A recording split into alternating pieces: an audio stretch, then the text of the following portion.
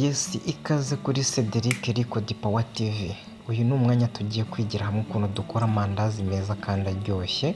Ngira ngo muritegereza hano tubanje gufata igikombe kimwe cy'amata mililitiro 400. Hano tugiye gushyiramo isukari, turashyiramo ibiyiko bitatu. Icyo ni ikiyiko cya mbere, iki ni ikiyiko cya kabiri kigiyemo, ndetse kandi twongeremo ikiyiko cya kangahe, ikiyiko cya gatatu. Ngira ngo muri kubibona hano. Hanyuma niturangiza turahita dufata ikindi kiyiko cy'isukari cy'umunyu dushyiremo gake, niturangiza dushyiremo umusemburo, niturangiza tuhite tubicanga sasa, tubivange neza twitonze, ubundi kugira ngo ibintu byacu bize kugenda neza. Nitubona bimaze kumera fresh, tuhite dufata amagi abiri, niturangiza tuyameneremo gake twitonze kugira ngo ibintu byacu n'ubundi bize kugenda neza. Ngira ngo muri kubona aya ni amavuta makeya ashoboka kugira ngo ibintu byacu bize kugenda gute, bize kugenda fresh. Hanyuma iyi ngiyi bashyizemo bayita baking soda. Uyu nguyu nawe ni umusemburo utuma ibintu bigenda neza cyangwa se hazamo agahumuro keza. Iyo urangije kubicanga urabitereka ugafundikira bikabanza bikagenza gute, bikabyimba nk'iminota 10. Hanyuma nyuma y'iminota 10 uraza ukareba sasa ati bya bintu byanjye bimeze bite, adeni ugahita ufata ifarini yawe wateguye neza ukayiyungura. Hano urabona ko ibintu byose biba bigenze gute, biba biri kuri gahunda kandi ku murongo, ndetse ibintu kugira ngo bigende neza buriya icyuma gikora inuze ntabwo tuba tukizeye neza. Niyo mpamvu tuhita tugenza gute, tuhita tubikavaringa kugira ngo ibintu bize kuba ari ruzungu. Ari nayo mpamvu tubabwiye ati mujye mwibuka gukora subscribe kugira ngo n'ubundi mujye mukunda kubona ibi biganiro cyangwa se uko tugenda tubigisha kugenza gute, kugenda muteka utuntu twinshi ndetse dutandukanye. Hanyuma muri kubona bya bindi twamaze kuvanga bwa mbere ukuntu bimeze, nibyo tugiye guhita dufata dushyire muri ya farini. Niturangiza sasa tuyimenemo, niturangiza tuhite dukora ikintu cyo kubivanga, noneho bigende bimere neza, bifate ibintu bibe fresh kabisa na satani, kugira ngo amandazi yacu aze ameze neza.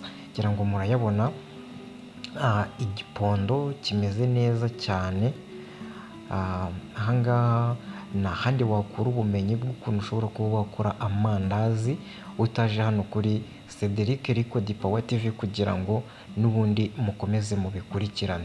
Ahangaha hari ahantu ushobora kuba waba wateguye habugenewe, warangiza ukagenza gute, ukaba ariho ubikorera, ugashyiramo kandi ibirungo byose wateguye bitewe n'uko wumva amandazi yawe ashobora kuba yaza kuba ameze, cyangwa se uko wumva ashobora kuza kuba ari kunurira. Nyine uri kubibona akapondo kameze neza cyane, urabona karoroshye, ni agapondo gashimishije. Ahangaha sasa tugiye kugashyira, tugiye kugapfundikiramo hano kugira ngo noneho kaze kwitugatuga kabyimbe, tuze kubonamo ikintu bise amandazi meza ameze neza kandi menshi. Turagapfundikirira hano rero, ubundi niturangiza dutegerezeho gatoya, ubundi tuze gufundura dusange tayari rwambikanye.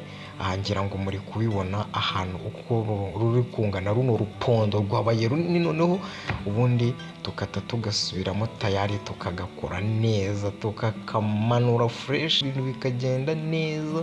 Ubundi mukaza kumva ukuntu hano ibintu biza kuba birimo biranurira, biri kunurira.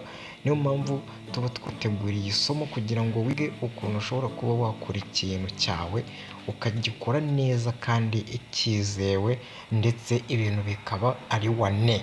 Ngira ngo murakabona agapondo kameze neza, karoroshye tayari. Hano ngaha uhita utangira kugacamo ibice kugira ngo ubone ukuntu noneho utangira kugapangira gahunda zawe, kugira ngo ya mandazi yawe aze kuza kuba ameze fresh, cyangwa se n'utundi tuntu waba wateguye kugenza gute gukoramo. Ngira ngo muri kubibona ahangaha uhita uyaha forume ukayakata uko ubishaka, utuntu tukaza kuba twimereye neza kabisa, ibintu ari wane nta mutima mubi, ubundi ukakitondera hano ukagakora neza byemewe, ugafata akantu kabugenewe ugatangira tayari ugakoramo amandazi yawe neza kandi n'isuku nyinshi, kugira ngo irindazi nurifata uze kurishyira mu kanwa kabisa wumve riranurira cyane. Niyo mpamvu rero kuri Cedric Record Power TV, niba ushaka kumenya uko wakora amandazi, niba ushaka kwiga neza byimbitse uko ushobora kuba wakora ibintu byawe ku murongo, ngwino ukore subscribe, hanyuma ibitekerezo byawe nurangiza ugenze gute ubiduhereze. Ngira ngo mubibonye ko twamaze kubitegura hano, uhita utegereza iminota 10 kugira ngo ibintu bize kugenda neza tayari. Ahangaha utu ni utundi tuntu nagiye mbabwira ushobora kugenda ukoresha kugira ngo amandazi yawe aze kuba yamera neza, aze kuba yabasirimutse, ushobora kurireba kabisa ukavuga ati ahangaha bakoreye aya mandazi wagira ngo n'imvaburayi. Ni nayo mpamvu icyo usabwa hano ni ukureba akantu ku kandi kugira ngo ntihakagire akantu nanone kagucika, kuko utubiyeho gatoya n'ubundi waza gusanga rwanyotanye bya bindi wateguye gukora ugasanga ntabwo bigenze neza.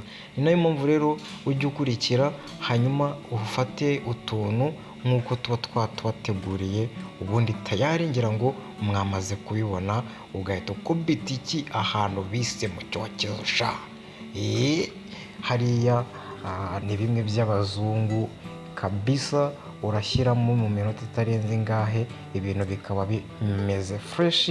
Ngira ngo murabibona ni ibintu byiza kandi ni ibintu bishimishije, ndetse nawe aho uri hose ngira ngo urabona ko nta mandazi ameze neza, hejuru banyabagijeho sezame kabisa kugira ngo ujye urifata ubundi urivuture, ubundi wumve ukuntu Yesu agira neza.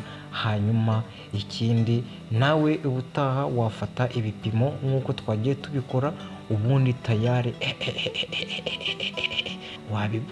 wabonye irindazi ukuntu rinurira yana, uzi ko ngira amaritiro menshi mu kanwa, ariko nta mpamvu yo kugira amaritiro. Nawe wafata ibipimo twakoresheje uko wabibonye twagiye tubikora tayari yewana, ugahita ugenza gute, ugahita ufata nawe ugahita ubikora diregite, ubundi murabona ko ni akantu kaba kameze neza cyane, ushobora guhita wakubita mu kanwa ugahita wumva ukuntu kanurira, ubundi ibintu bikaza kuba byagenda neza. Hanyuma niba ushaka